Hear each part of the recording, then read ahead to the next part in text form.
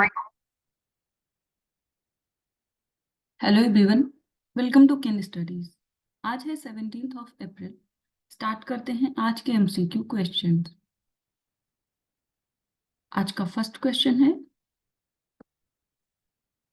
दस्तलिक, जो कि एक जॉइंट मिलिट्री एक्सरसाइज है, recently seen in the news, is conducted between which two countries. यहाँ पर आपसे पूछा जा रहा है कि हाल ही में खबरों में रहा दस्तलिक संयुक्त सैन्य अभ्यास किन दो देशों के मध्य आयोजित किया जाता है।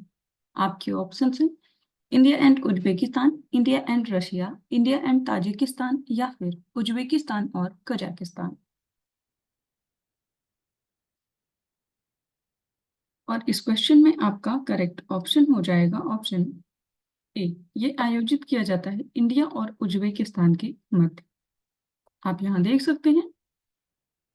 So the fifth edition of the Dastalik joint military exercise between India and Uzbekistan begins on April 15 in Tarmej, Uzbekistan. So इस वर्ष जो आयोजित हो रहा है ये फिफ्थ एडिशन है, आप ये ध्यान रखेंगे। Running for 14 days till April 28, it aims to enhance cooperation and future military ties between the two nations. So through training programs, the exercise fosters mutual understanding and strengthens their relationship by sharing operational methodologies. This collaborative effort will significantly boost the defense cooperation and deepen bilateral military engagement. तो आप ध्यान रखेंगे, इस वर्ष आयोजित होने वाला दस्तलिक अभ्यास ये फिफ्थ एडिशन है और इसका आयोजन किया जा रहा है उज्बेकिस्तान में। सो इस एक्सरसाइज की बात करें तो ये एक ईयरली इवेंट है जो कि अल्टरनेटली कंडक्ट किया जाता है इंडिया और उज्बेकिस्तान के द्वारा। प्रीवियस ईयर देखें तो 2023 में इसका आयोजन पिथौरागढ़, इंडिया में किया गया था। पहली बार दस्तलिक अभ्यास का आयोजन किया गया था 2019 में और इसका फोकस रहता है टेररिज्म को काउंटर करने। बढ़ते हैं नेक्स्ट क्वेश्चन की ओर। Consider the following statements about Igla missiles. यहाँ पर इग्ला मिसाइल से संबंधित कुछ कथन दिए गए हैं जिस पर आपको विचार करना है। फर्स्ट स्टेटमेंट है, it is a surface to surface missile. Second, it is of Russian origin. और यहाँ पर आपसे करेक्ट स्टेटमेंट पूछी जा रही है। इस क्वेश्चन में आपका करेक्ट ऑप्शन हो जाएगा ऑप्शन बी।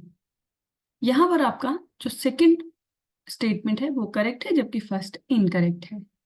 आप यहाँ देख सकते हैं, the Igla missile originates from Russia and it is handheld defense system designed for individual or crew operation. So capable of bringing down low flying aircraft, identifying and neutralizing air targets such as cruise missiles and drones. So Indian Army received portable Igla surface to air defense system क्योंकि India ने sign किया था contract Russia के साथ last year नवंबर में for 120 launchers and 400 missiles. तो आप ध्यान रखेंगे इग्ला मिसाइल संबंधित है रशिया से और अभी भारत ने इसको हाल ही में इंपोर्ट किया है। सो इग्ला की बात करें तो ये एक man portable air defence system है जिसको आपने देखा कि रशिया ने इसको डेवलप किया है। वेस्ट कंट्रीज में बात करें तो इसको वहां पे SA-24 ग्रिंच भी कहा जाता है और ये सर्विस में आई 2004 में। बढ़ते हैं नेक्स्ट क्वेश्चन की ओर। Which of the following countries is not among the 5 nations India is helping to develop early warning systems? यहाँ पर आपसे पूछा जा रहा है कि निम्नलिखित में से कौन से ऐसे देश हैं इन ऑप्शंस में से जिनमें भारत प्रारंभिक चेतावनी प्रणाली को विकसित नहीं कर रहा है। जबकि देखें तो 5 ऐसे देश हैं जहां पर इस प्रणाली को भारत के द्वारा विकसित किया जा रहा है। आपको बताना है कि इनमें से कौन सा देश शामिल नहीं है। आपके ऑप्शन है नेपाल, श्रीलंका, सेशेल्स या बांग्लादेश। और इस क्वेश्चन में आपका करेक्ट ऑप्शन हो जाएगा ऑप्शन सी, ये है सेशेल्स। आप यहाँ देख सकते हैं। So India is helping Nepal, Maldives, Sri Lanka, Bangladesh and Mauritius to develop early warning systems. And for this, India is providing financial and technical support to these nations to establish meteorological observatories and access numerical models. So this initiative is the part of Early Warning for All initiative जिसको announce किया था United Nations ने. And these efforts aim to protect everyone from hazardous weather, water or climate events through life-saving early warning system by 2027. प्रारंभिक चेतावनी प्रणाली की बात करें तो ये एक चेतावनी प्रणाली है जिससे सूचना संचार प्रणालियों की एक श्रृंखला के रूप में लागू किया जाता है और इसमें खतरों की शीघ्र पहचान कर ली जाती है. आपने देखा कि भारत इसको डेवलप करने में जिन कंट्रीज में सहयोग दे रहा है वो है नेपाल, मालदीव, श्रीलंका, बांग्लादेश और मॉरिशस. नेक्स्ट क्वेश्चन की ओर. Consider the following statements regarding recently released Airport Council International Index. यहाँ पर हाल ही में जारी एयरपोर्ट काउंसिल इंटरनेशनल सूचकांक से संबंधित कुछ कथन दिया गया है जिस पर आपको विचार करना है. फर्स्ट स्टेटमेंट है, Dubai international airport ranked first among the world's busiest airport in 2023 and second, Indira Gandhi international airport in Delhi ranked 10th. और यहाँ पर आपसे करेक्ट स्टेटमेंट पूछी जा रही है. आपको बताना है कि एयरपोर्ट काउंसिल इंटरनेशनल इंडेक्स से संबंधित कौन सा कथन सही है. इस क्वेश्चन में आपका करेक्ट ऑप्शन हो जाएगा ऑप्शन बी. यहाँ पर आपका सेकंड स्टेटमेंट करेक्ट है जबकि फर्स्ट इनकरेक्ट है. आप यहाँ देख सकते हैं. So the Airports Council International released the rankings based on total passengers traffic. Indira Gandhi international airport की बात करें तो इसकी रैंकिंग में रिमार्केबल जंप देखा गया है क्योंकि प्रीवियस ईयर देखें तो इसकी रैंकिंग थी, जो प्रीवियस रैंक इंडेक्स था उसमें इसकी रैंकिंग थी 17th और इस वर्ष ये 10th प्लेस पर है. सो टॉप स्पॉट पे है हार्ट्सफील्ड जैक्सन अटलांटा इंटरनेशनल एयरपोर्ट जो कि यूनाइटेड स्टेट्स में स्थित है. टॉप 10 इंटरनेशनल एयरपोर्ट्स की बात करें तो उनमें शामिल है Atlanta, Dubai, Dallas, London, Tokyo, Denver, Istanbul, Los Angeles, Chicago और न्यू दिल्ली. आप ध्यान रखेंगे कि नई दिल्ली का इसमें जो स्थान है वो है 10th.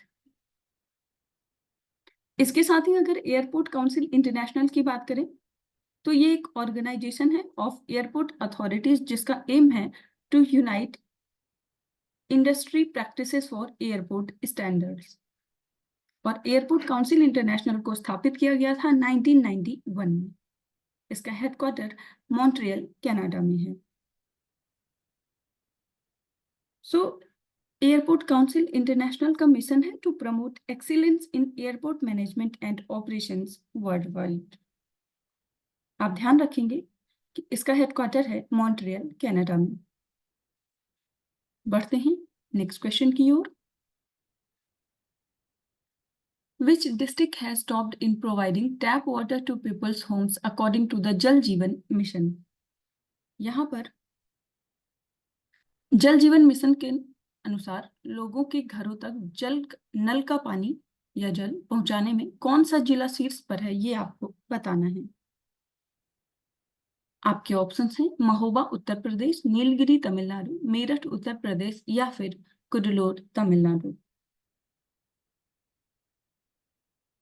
और इस क्वेश्चन में आपका करेक्ट ऑप्शन हो जाएगा ऑप्शन बी. जो जिला शीर्ष पर है वो है नीलगिरी तमिलनाडु. आप यहाँ देख सकते हैं. So Nilgiri district of Tamil Nadu has secured the top position in providing tap water to people's homes according to the Jal Jeevan Mission. और सेकंड पोजीशन पर है महोबा डिस्ट्रिक्ट ऑफ उत्तर प्रदेश. और अगर स्टेट वाइज देखें तो पहले स्थान पर है उत्तर प्रदेश.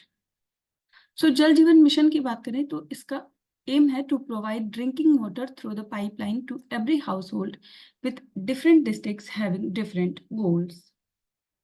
जल जीवन मिशन की बात करें तो ये लॉन्च किया गया था 2019 में और ये मिशन वर्ष 2024 तक कार्यात्मक जो घरेलू नल कनेक्शन है उसके माध्यम से प्रत्येक ग्रामीण परिवार को प्रति व्यक्ति प्रतिदिन 55 लीटर पानी की आपूर्ति करने का लक्ष्य रखा था।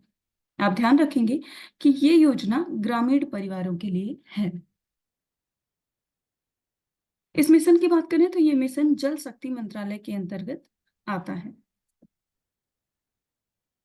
टॉप 10 डिस्ट्रिक्ट्स की बात करें जो कि जल जीवन मिशन में टॉप 10 डिस्ट्रिक्ट्स जिन्हें रैंक किया गया है वो है नीलगिरी, महोबा, कडलोर, मेरठ चौथे स्थान पे है, आप ध्यान रखेंगे, ललितपुर, तिरुवन्नमलाई, मिर्जापुर, हापुड़, हमीरपुर और बुलंदशहर। बढ़ते हैं नेक्स्ट क्वेश्चन की ओर।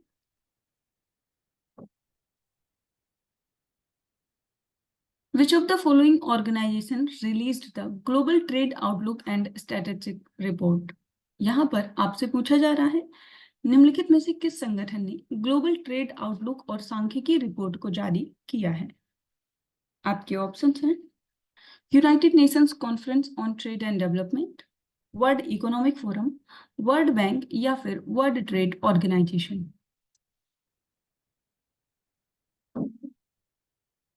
आपको बताना है कि ग्लोबल ट्रेड आउटलुक रिपोर्ट जो है ये किस संस्था के द्वारा जारी किया जाता है, और इस क्वेश्चन में आपका करेक्ट ऑप्शन हो जाएगा ऑप्शन डी। ये जारी किया जाता है वर्ल्ड ट्रेड ऑर्गेनाइजेशन के द्वारा। आप यहाँ देख सकते हैं। So the report indicates primary signs of fragmentation in trade flows, and the trade scenario appears more positive on the services side, with a 9% increase in commercial services exports to $7.54 trillion, partially counterbalancing the decline in goods trade. So global GDP की बात करें तो global GDP growth at market exchange rate will hover around 2.6% in 2024 and 2.7% in 2025, marking a slight decline from 3.1% in 2022 and 2.7% in 2023. तो आपने देखा कि जो वैश्विक व्यापार है उसकी मात्रा में गिरावट देखी गई थी ईयर 2023 में। हालांकि क्षेत्रीय संघर्ष, भू राजनीतिक तनाव और जो आर्थिक नीति की अनिश्चितता है उसका नकारात्मक प्रभाव इस वर्ष भी पड़ने की उम्मीद है, ऐसा बताया है वर्ल्ड ट्रेड ऑर्गेनाइजेशन ने। WTO की बात करें तो ये एक इंटरनेशनल ऑर्गेनाइजेशन है, इंटर गवर्नमेंटल ऑर्गेनाइजेशन है जिसका हेडक्वार्टर है जिनेवा, स्विट्जरलैंड में, और ये रेगुलेट और फैसिलिटेट करता है इंटरनेशनल ट्रेड को। So governments use the organization to establish, revise and enforce the rules that govern international trade in cooperation with the United Nations. WTO की बात कर रहे हैं तो इसमें एक इंपॉर्टेंट चीज ये भी है कि ये वर्ल्ड का लार्जेस्ट इंटरनेशनल इकोनॉमिक ऑर्गेनाइजेशन है with 164 member states representing over 98% of the global trade and global GDP. आपने देखा WTO का हेडक्वार्टर है जिनेवा, स्विट्जरलैंड में, और इसको फॉर्म किया गया था 1995 में। वर्तमान समय में WTO के डायरेक्टर जनरल हैं नगोजी ओकोंजा-इवेला। आज के करंट अफेयर सेशन में इतना ही। Thank you for watching. Do like, share and subscribe.